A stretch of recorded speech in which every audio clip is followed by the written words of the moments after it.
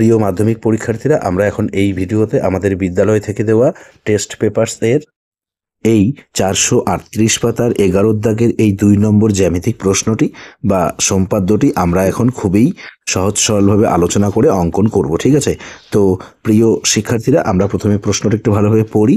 প্রশ্ন এখানে আমাদের দেওয়া রয়েছে, ত্রিভুজ এ বি সি অঙ্কন করো যার এ বি সমান এসি সমান 10 সেমি। ঠিক আছে, মানে এ বি আর এসি হচ্ছে 10 সেমি করে। আবার এখানে দেওয়া রয়েছে কোণ বিএসি 45 ডিগ্রি, এ কোণটি হচ্ছে 45 ডিগ্রি। ত্রিভুজটির অন্তর্বৃত্ত অঙ্কন করো। ঠিক আছে, আমাদের এখানে প্রথমে ত্রিভুজ অঙ্কন করে সেই ত্রিভুজটির আমাদের অন্তর্বৃত্ত অঙ্কন করতে বলা হয়েছে। আমাদের ত্রিভুজের দুটি বাহুর দৈর্ঘ্য দেওয়া রয়েছে 10 সেমি করে, আর অপর একটি কোণের পরিমাপ দেওয়া রয়েছে, এ কোণটির পরিমাপ দেওয়া রয়েছে 45 ডিগ্রি। ঠিক আছে, আমরা খুবই সহজ সরলভাবে আলোচনা করে অঙ্কন করব। তোমরা মনোযোগ সহকারে দেখো, অবশ্যই তোমরা ভালোভাবে বুঝতে পারবে। তো প্রিয় শিক্ষার্থীরা, আমরা প্রথমে ত্রিভুজের 10 সেমি বাহুটির পরিমাপ নেই। দেখো, এই যে শূন্যের বড় দাগ, এটি হচ্ছে মূল বিন্দু, এখান থেকে হিসেব শুরু। এই যে 10-এর বড় দাগ এই পর্যন্ত, এটি হচ্ছে 10 সেমি। এই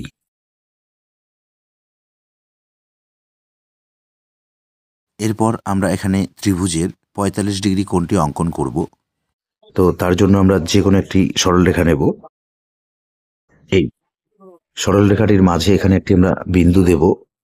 তো প্রিয় শিক্ষার্থীরা, আমরা এই যে চাঁদার সাহায্যে 45 ডিগ্রি কোণটি নেব। তো 45 ডিগ্রি কোণটি নেওয়ার জন্য আমরা চাঁদার এই যে এটি হচ্ছে বিন্দু, ঠিক আছে, এই বিন্দুটি আমরা এই যে এই বিন্দুতে বসাবো, এবং চাঁদার এই যে কালো দাগটি রয়েছে, এই কালো দাগটি আমরা এই সরলরেখার উপরে বসাবো। ঠিক আছে, ভালোভাবে মিল করে বসাতে হবে। এই যে 50 আর 40, তার মাঝে হচ্ছে 45। ঠিক আছে, দেখো, এই আমরা এখন এই দুই বিন্দু যুক্ত করে দেব। এই আমরা যে কোনো পরিমাপ নিয়ে এখানে 45 ডিগ্রি কোণটি এঁকে দিই। এই এটি হচ্ছে 45 ডিগ্রি, এ বি সি।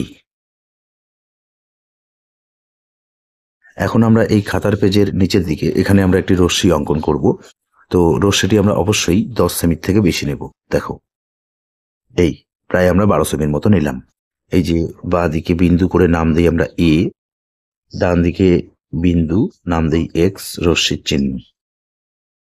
এখন আমরা পেন্সিল কম্পাস দিয়ে প্রথমে 45 ডিগ্রির এই দুই বিন্দুর পরিমাপ নেব। দেখো, এই যে এভাবে নেব, নিয়ে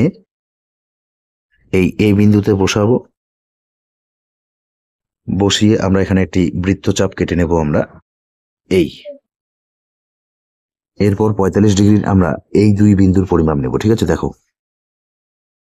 এই যে এভাবে নেব, নিয়ে এই যে এখানে বসাবো। বসিয়ে এই বৃত্তচাপের উপরে আরেকটি বৃত্তচাপ কেটে নেব। এই যে এখানে বিন্দু উৎপন্ন হয়েছে, এই বিন্দু আর এই বিন্দু, এই দুটি বিন্দু যুক্ত করে এদিকে আমরা আরেকটি রশ্মি অঙ্কন করব। ঠিক আছে, তো রশ্মিটি অবশ্যই আমরা এদিকে 10 সেমির থেকে বেশি নেব। দেখো,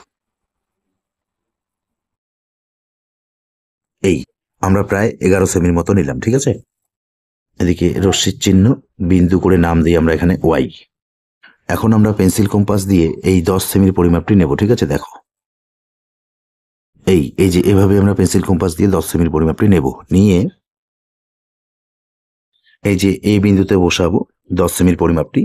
বসিয়ে আমরা প্রথমে এক্স রশ্মির ডান দিকে একটি বৃত্তচাপ কাটবো। এরপর এই 10 সেমির পরিমাপটি দ্বারা আমরা ওয়াই রশ্মির দিকে আরেকটি বৃত্তচাপ কাটবো। এই যে এখানে বিন্দু উৎপন্ন হয়েছে এবং এখানেও বিন্দু উৎপন্ন হয়েছে। এই বিন্দুর নাম দিই আমরা বি, এই বিন্দুর নাম দিই আমরা সি।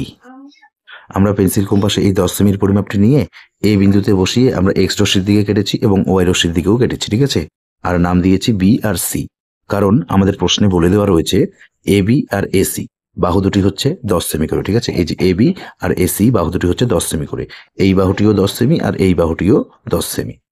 এখন আমরা এই বি আর সি বিন্দু দুটি যুক্ত করে দেবো। ঠিক আছে, দেখো, এই তো প্রিয় শিক্ষার্থীরা, আমরা এই যে এ বি সি ত্রিভুজটি অঙ্কন করলাম। এখন আমরা এই ত্রিভুজের অন্তর্বৃত্ত অঙ্কন করব।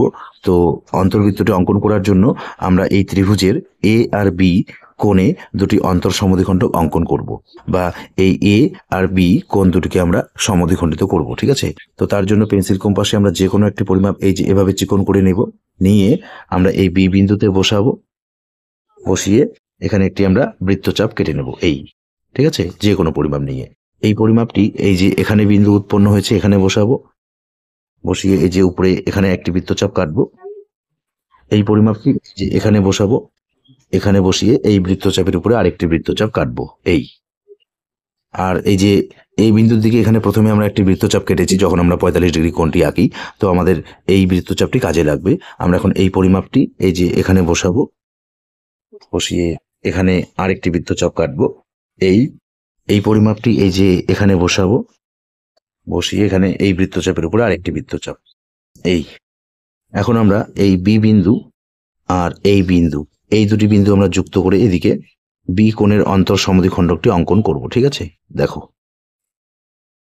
এই একইভাবে আমরা এই এ বিন্দু আর এই বিন্দু যুক্ত করে এদিকে এ কোণের অন্তর সমদ্বিখণ্ডকটি অঙ্কন করব। দেখো এই দুটি অন্তর সমদ্বিখণ্ডক পরস্পর এই যে এখানে ছেদ করেছে, এই বিন্দুর নাম দিই আমরা আই। এখন আমরা এই আই বিন্দু থেকে এ বি বাহুর উপরে এখানে একটি লম্ব অঙ্কন করব। তো লম্বটি অঙ্কন করার জন্য আমরা পেন্সিল কম্পাসের কাঁটাটি এই আই বিন্দুতে বসাবো,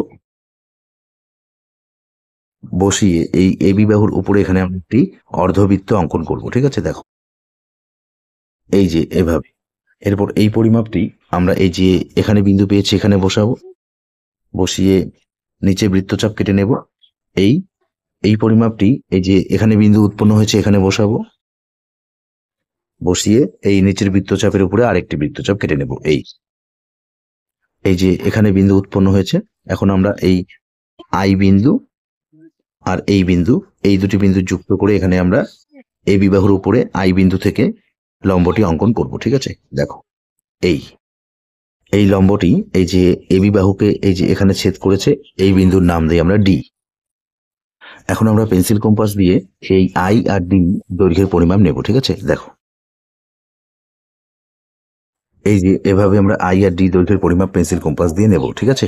নিয়ে পেন্সিল কম্পাসের কাঁটাটি আমরা এই আই বিন্দুতে বসিয়ে রাখবো, রেখে আমরা এখানে অন্তর্বৃত্তটি অঙ্কন করব, ঠিক আছে। দেখো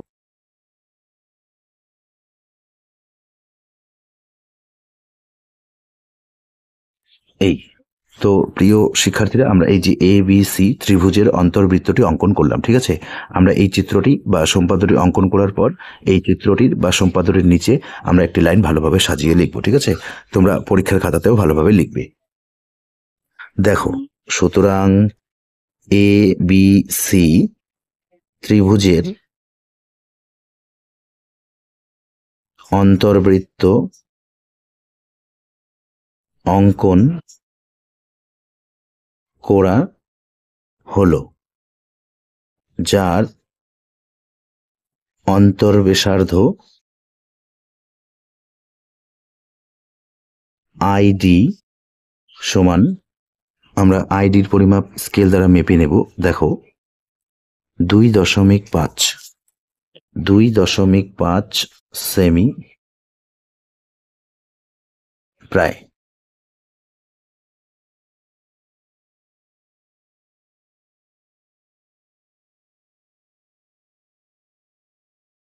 তো প্রিয় শিক্ষার্থীরা, নিশ্চয়ই তোমরা এই জ্যামিতিক চিত্রটি বা সম্পাদ্যটি অঙ্কন করার পদ্ধতিটি ভালোভাবে বুঝতে পেরেছ। তো এই ভিডিওতে এ পর্যন্ত, ধন্যবাদ।